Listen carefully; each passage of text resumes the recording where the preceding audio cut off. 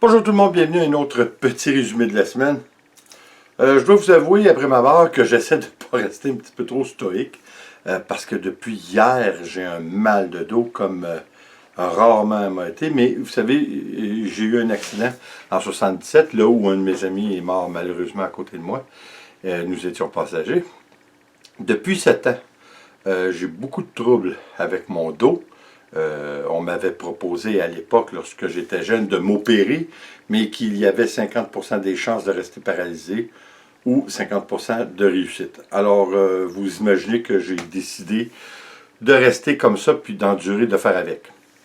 Mais, à l'occasion, je suis obligé de vous dire, là, par exemple, il faut mettre une petite bémol, c'est beaucoup de ma faute ce qui arrive, car j'ai pelleté, j'ai déneigé la couverture, seul et j'ai travaillé 2 heures une journée à éclairer certaines parties de la couverture.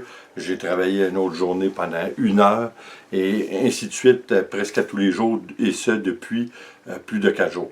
Alors, on n'a plus 20 ans, hein, c'est là qu'on s'en aperçoit, puis c'est laborieux. C'est le bas du dos, moi, qui me fait mal. C'est là que j'ai mangé un gros coup lors de l'accident que j'ai eu en 77. Et puis, depuis ce temps-là, ben écoutez, c'est pas facile, puis plus que le temps avance, plus que c'est laborieux, plus qu'on fait des efforts, plus qu'on vieillit, bien, de toute façon, hein, même si on n'a pas été accidenté, ça devient plus laborieux avec le temps. Alors, c'est des reliquats de la problématique. Alors, c'est pas très jojo, mais il faut faire avec. Ça devrait se passer d'ici quelques jours. Là, c'est un petit peu moins pris, j'ai pris des pilules. Je mets de la glace, j'alterne entre le froid et le chaud à toutes les heures, pendant 10 à 15 minutes. C'est quelque chose que je suis obligé de vous dire que je suis habitué, malgré que ça m'arrive environ une fois ou deux par année, maximum. Alors, écoutez, ce que je voulais vous parler cette semaine, c'est très préoccupant, puis je crois que c'est quelque chose qui est récurrent de nos jours. Bien, récurrent, c'est peut-être pas le bon mot, là, mais c'est quelque chose qui se passe encore peut-être à plus grande échelle aujourd'hui, plus qu'à l'époque.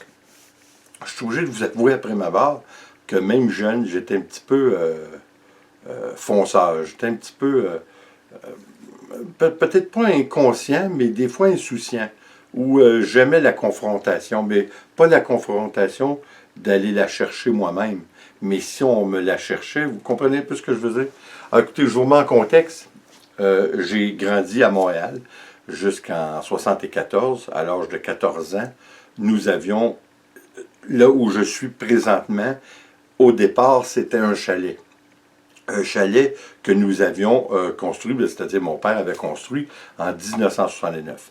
En 1974, nous sommes venus rester ici en campagne, là où nous sommes présentement à l'année. Il n'y avait pas beaucoup de gens qui restaient ici à l'année. Maintenant, Prévost, la ville ou la municipalité où je me trouve, compte près de 10 000 habitants, je crois. Alors, c'est un petit peu plus gros qu'un village, mais c'est un petit peu plus petit qu'une ville. Enfin, c'est une municipalité. Hein, on va s'entendre là-dessus. Quoi qu'il en soit, j'ai grandi à Montréal. J'ai grandi à Montréal, dans le secteur de Hansik, près d'Henri Bourassa.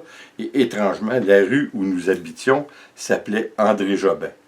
Ce que je ne savais pas à l'époque, c'est que le nom de la rue avait été donné pour un membre de mes ancêtres qui fut déjà parti des Patriotes lors de Québécois qui ont essayé de reprendre le contrôle du Québec aux mains des Anglais. Alors, c'était carrément, je l'ai appris par la suite quand plus vieux, hein, on est plus curieux, je l'ai appris. Quoi qu'il en soit, j'ai resté à cette époque pas mal toute la jeunesse que j'ai vécue là, que j'ai grandi. C'est-à-dire que j'ai commencé jeune, je suis né à Bois-des-Filions, mais on a resté de l'âge de, je vous dirais, 3 ou 4 ans, à 14 ans, on a resté à Montréal. Alors, j'ai fait mes écoles à Montréal. J'ai été dans 2 écoles, c'est-à-dire 3 écoles principales. J'ai fait ce qu'on appelle ici notre élémentaire, c'est-à-dire de la première à la 6e année à l'école Saint-Antoine-Marie-Clarette, qui était tout près de chez moi. À l'époque, on était jeunes, on se rendait à pied. C'est pas comme l'histoire qu'on entend parler, qu'on se rendait 6000 à pied dans le bois avec des raquettes. Pas tout à fait. On était vraiment en ville. Et puis, par la suite, j'ai été à une école pour commencer mon secondaire 1. Parce qu'ici, lorsque vous terminez votre élémentaire, vous avez votre secondaire qui est du secondaire 1 au secondaire 5. Une école, mon secondaire, du secondaire 1 au secondaire 2, alors seulement que 2 ans, à une école seulement que de garçons, qui était près de la bouche de métro Henri Bourassa à l'époque. Et je m'en souviendrai toujours, c'était l'école Monseigneur-Gaultier. J'avais la chance, par contre, écoutez, j'arrivais dans un monde de grands, parce que cette école constituait 5 années scolaires, du secondaire 1 au secondaire 5. Alors imaginez-vous quand vous arrivez à 13 ans en moyenne, que vous arrivez dans un monde, puis c'est des grands, là, de secondaire 5, puis vous êtes tout petit. On n'était pas gros dans nos culottes, hein, en bon français. Alors, mais j'avais la chance d'avoir un cousin qui était Daniel Jobin, qui était en secondaire 5. Malheureusement, il n'est pas resté longtemps. J'ai pas aimé l'école. Je suis obligé de vous avouer que c'était pas quelque chose que j'aimais. Par contre, cette même année, j'avais fait une pièce de théâtre avec ma mère. C'était un écrivain qui est devenu quand même assez prolifique au Québec. Et c'était la première fois, c'était comme un test pour lui, une pièce qu'il avait écrite, comme un chien dans un jeu de quilles. Alors, j'ai fait partie de la programmation de cette... Et je suis obligé de vous dire que j'ai trouvé, mon Dieu, j'ai trouvé quelque chose qui me passionnait dans la pièce de théâtre. Malheureusement, je n'ai pas continué, pour toutes sortes de raisons. Vous savez, quand on est arrivé ici en campagne en 1974, notre attention était basée beaucoup plus sur le plaisir. On restait en campagne. L'hiver, on avait des motoneiges qu'on utilisait depuis l'âge de 9 ou 10 ans. Alors, écoutez, c'était les fins de semaine, on ne pensait pas à aller faire des pièces de théâtre ou aller faire du ski ou aller faire... Non, non, on prenait nos motoneiges et on allait s'amuser dans les sentiers. La même chose en été, on avait nos petites motos. Alors, on s'amusait, on ne pensait pas, vous savez, à ces éléments récréatifs qui sont plus du côté plus sportif un petit peu. C'était loin de notre idée. Alors, à l'école Monseigneur-Gaultier, je ne vais pas tellement à l'école. À un certain moment donné, je crois que j'avais probablement 14 ans. Je crois que c'était en secondaire 2. J'ai décidé de faire l'école buissonnière. Et dans ce temps-là, je ne me cassais pas tellement le pompon. Comme je vous dis, j'étais pas vraiment peureux. J'ai joué avec le feu, je suis obligé de vous avouer. J'ai parti un bon matin, parce que moi, je prenais l'autobus 4 fois par jour. Je vais te dire, l'école était relativement près de la maison. Ça prenait à peu près 15 à 20 minutes en autobus me rendre à l'école de chez moi. Alors, c'était pas beaucoup, c'était pas très long. Et alors, ce que je faisais, je prenais l'autobus 4 fois par jour. J'ai jamais mangé dans une cafétéria lorsque j'allais à Montréal, parce que le midi, je revenais manger à la maison. Alors, le matin, je décide, je prends la rame de métro Henri Bourassa, je m'en vais à Place Bonaventure. Place Bonaventure, c'est une place que c'est immense. Il y avait beaucoup de boutiques à l'intérieur, sur plusieurs étages, je crois sur une quinzaine ou une vingtaine d'étages. Il y avait aussi beaucoup d'expositions. Vous savez, comme au printemps, il y avait des expositions de caravanes, ainsi de suite. Alors, moi, la fois que je vous parle, c'est pas mal lors des expositions qu'il y avait de caravanes, mais on était encore en hiver. Alors, on était peut-être au mois de mars. Alors, je m'en vais à Place Bonaventure comme je faisais d'habitude. Je voyageais par ascenseur, j'allais dans les étages, puis j'allais voir. Des fois, il n'y avait pas personne. Il y a des étages que c'était des boutiques de fixtures, de lumière, ainsi de suite. Puis il n'y avait vraiment personne. C'était vraiment étrange de promener là-dedans. En même temps, c'était comme être dans un film de science-fiction. À un moment donné, je prends un escalator et il y a un type qui s'approche à côté de moi. Un type, moi, comme je vous dis, j'avais à peu près 13 ans. Lui, il avait peut-être 25-30 ans, c'est dur à dire, hein, quand on est jeune, on trouve de l'air plus vieux. Et puis, il commence à me dire, il dit, toi, il dit, t'as-tu déjà fait ça avec une femme? Il dit, t'es-tu capable de devenir assez solide pour faire ça avec une femme? Là, je suis obligé de vous dire que j'étais très déstabilisé. Hein? J'étais comme, mon Dieu, j'ai été élevé, moi, j'étais un fils unique. Alors, j'ai pas été élevé dans un monde... Hein, de toute façon, c'est quelque chose qui nous dépassait. Hein? Moi, je jouais encore avec mes G.I. Joe là, à l'époque. J'avais mes petites motos, tout ça. Mais vous savez ce que je veux dire? C'était quand même très déstabilisant et très déroutant. Alors, vous savez, comme l'orgueil pompe un peu, là. L'orgueil, mais la peur aussi en même temps s'entremêlent. Mais c'était comme un challenge pour moi. C'était comme un aphrodisiaque, ou presque, tant qu'à en être là. Et puis j'ai dit au gars, oui, Ah, il dit, c'est bon. Ah, il dit, regarde, si tu aimerais ça, j'aurais des films que je pourrais te faire rencontrer, puis eux autres, ils montreraient ça. Puis ça, ah, ben, j'ai dit, pas pire. Ben, puis tout ce temps-là, on se promène dans la place Bonaventure.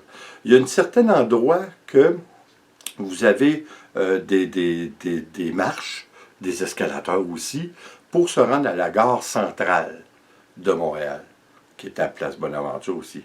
Alors, on se promène dans ces passages-là, puis le passage fait comme, je vous dirais, fait comme un grand carré, mais avec un autre allée au milieu. Puis il y a beaucoup de petites allées entre ceux-là, entre ceux-ci.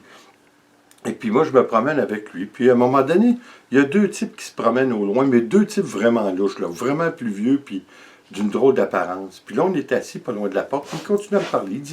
Viens, il dit, après dîner, parce que moi, j'ai dit, moi, il faut que je m'en aille, là. Je suis en journée pédagogique que je lui avais dit. Il dit, viens après dîner, et puis, je vais te présenter ces filles-là. Lui, là, il était tout habillé en jean, il avait un coat jean, il avait des jeans. Vous savez, il était habillé en jeune, si vous voulez. Là, à un moment donné, on s'assit près de la porte et près de la descente pour aller à la gare centrale. Il me dit, tu vois, il dit, ces gars-là, là, ces gars-là, là, il dit, fais attention. Il dit, ça, c'est des gars qui sont louches, puis ils prennent les petits gars, puis fais attention à ces gars-là. Là, écoutez, hein, je le savais. Mais l'idée de fou que j'ai eue après, je me suis retourné dîner à la maison. Je suis revenu, imaginez-vous donc, mais à la maison, ce que j'ai fait, j'avais un petit revolver à cartouche blanche. C'est pas des farces. Je l'ai emmené. Je me suis dit, vous savez, l'explosion de la poudre à canon, ça peut faire mal pareil. Mais j'étais tellement curieux que la curiosité était plus forte que moi. Je voulais aller voir jusqu'où que ça allait, cette histoire-là, là, puis jusqu'où que je pouvais jouer. Alors, je me suis rendu à l'endroit où il m'avait donné rendez-vous. Encore une fois, près de où nous étions assis, près d'une entrée de la rue de la place Bonaventure et près de la descente pour la gare centrale. Alors, j'arrive, puis il y avait comme peut-être 4-5 marches, puis il y avait des portes pour aller à l'extérieur. J'arrive au-dessus des marches, il est là, il m'attend, il me fait signe, viens-t'en, viens-t'en. Mais il est en habit, il est en complet, avec un grand manteau très long. Vous savez qu'il fait là, vraiment classe, là, puis il semble avoir une grosse voiture noire qui l'attend, puis qui est stationnée, puis à la porte ouverte, puis il me fait signe, viens-t'en, viens-t'en. Moi, écoutez, d'une arrogance et d'une insolence incroyable, je rouvre mon manteau, j'avais mis pour mon petit revolver que la crosse dépasse. J'ouvre mon manteau pour lui montrer, imaginez-vous donc, que j'avais un revolver. Je me souviens pas de sa réaction, mais je crois qu'il est resté comme un petit peu abasourdi de ça. Il est resté comme un petit peu surpris.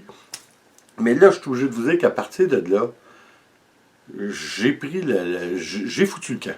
Hein, là, ça me semblait quand même assez périlleux, tout ça. Là, puis là, de la façon qui est arrivée. J'aurais jamais été de toute façon, là, peu importe. Mais j'allais là juste pour titiller le poisson. C'est vraiment pas une bonne idée, là.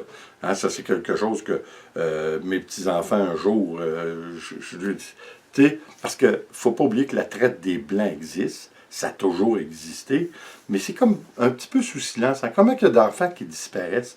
Comment il y a d'enfants qui disparaissent puis qui sont amenés à la prostitution? Puis encore plus de nos jours. Imaginez-vous, à l'époque ça existait, mais aujourd'hui, là, c'est incroyable. Alors, quand j'ai vu ça, j'ai pris la poudre d'escampette, j'ai parti sur mon chemin dans un des couloirs de la place Bonaventure. Avec qui je tombe face à face, c'est les deux types qui m'avaient dit de me méfier. Ils sont habillés eux aussi différemment. Ils s'en viennent directement vers moi, puis ils me regardent. Je passe dans un autre corridor qui était ben, pas un corridor, là, mais un allée, là, parce que c'est toute une place, comme je vous dis, là, c'est des boutiques à grandeur partout. Là. Alors je repasse par là, à gauche. Là, je vois le type, un qui continue à me suivre, puis l'autre, il passe lui aussi.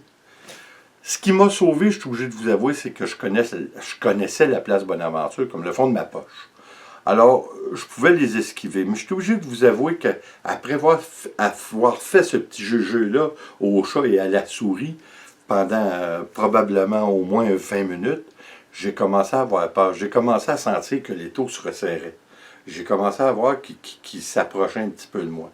Alors, là, ce que j'ai fait, j'ai dit non, je ne peux plus continuer. Alors, je me suis en allé dans la direction pour reprendre le métro.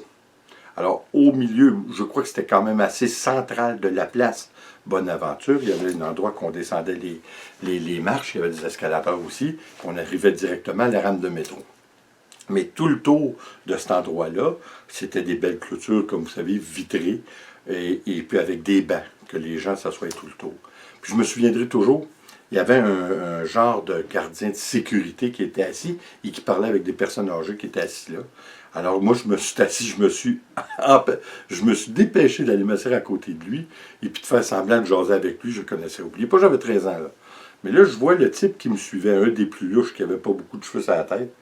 Et puis quand il a vu, je me suis assis à côté du gardien de sécurité, probablement, de l'agent de sécurité. Il s'est empêché de se revirer pour regarder dans la boutique, à la hauteur où il était. Puis la boutique où il était, c'était de la lingerie fine pour dames. Alors c'est un petit peu ridicule. Mais là, j'y faisais savoir que j'étais pour avertir l'agent de sécurité. À ce moment-là, il l'a senti, il s'est reviré de bord, puis s'est en allé carrément à l'opposé. Moi, ce que j'ai fait, c'est que de cette bouche de métro-là, qui était à la place Bonaventure, on entendait, il y avait une petite musique lorsque une rame de métro arrivait. Alors, aussitôt que je l'ai entendu, il y avait même comme un vent qui sortait, qu'on pouvait sentir. Je me suis dépêché, j'ai embarqué dans le métro. Et c'est ainsi que mon histoire s'est terminée. J'ai pris le retour à la maison. Mon père était venu me chercher ce soir. Je ne me souviens pas pourquoi. Il était venu me chercher à l'école. Et puis, à l'école, comme je vous dis, il y avait encore de la neige. J'ai sorti de là, puis j'étais tout trempe, les souliers tout trempés. Ça, moi, ça faisait un petit bout, là, je marchais un petit peu partout. Là. Quand je suis revenu, mon père me dit, comment ça fait, t'as les souliers trempés? Puis là, vous savez, la langue me démangeait. Là. J'étais obligé de conter cette histoire-là à quelqu'un parce que c'était trop épouvantable ce qui venait de se passer. Là. Je savais à quel point j'avais passé près du danger. Alors je lui avais dit, je ne sais pas trop quelle histoire, là, je lui avais dit que il y avait quelqu'un qui m'avait couru après autour de la cour d'école.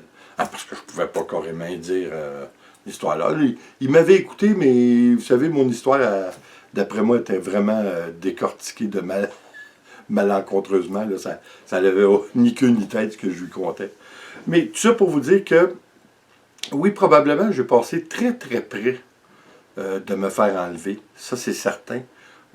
J'en ai toujours été conscient par la suite. Puis je me suis dit, je suis obligé de vous avouer que même à cette époque, quand ça a été terminé, le cœur, je vous dis, je le savais que j'avais passé à côté près de quelque chose. Puis même moi, je me remettais en question. Je me disais, qu'est-ce que j'ai été faire là? Vous savez, c'est beau d'être tough, puis, mais il y a des limites à tout. Il y a toujours plus tough, il y a toujours plus dur que nous. Hein? Alors, c'est une histoire qui m'est arrivée, ça. Écoutez, ça a duré sur une journée, là. C'est l'adrénaline, je crois, qui a fait en sorte. Je pense que, vous savez, c'est bizarre ce que je vais vous dire, mais j'ai eu une moto et j'ai eu une motoneige d'un jeune âge. L'adrénaline nous faisait aimer la vitesse. Puis ça, on dirait, hein, l'adrénaline, c'est une drogue, ça. C'est quelque chose qui nous rend comme un petit peu fou gaga, là, à un moment donné. Mais je crois que c'est cette même drogue, l'adrénaline, qui m'a fait vouloir aller au bout, puis aller chercher ce goût de l'aventure. Mais un goût de l'aventure, j'ai réalisé quand je suis revenu, ça n'avait pas de bon sens ce que j'avais fait là.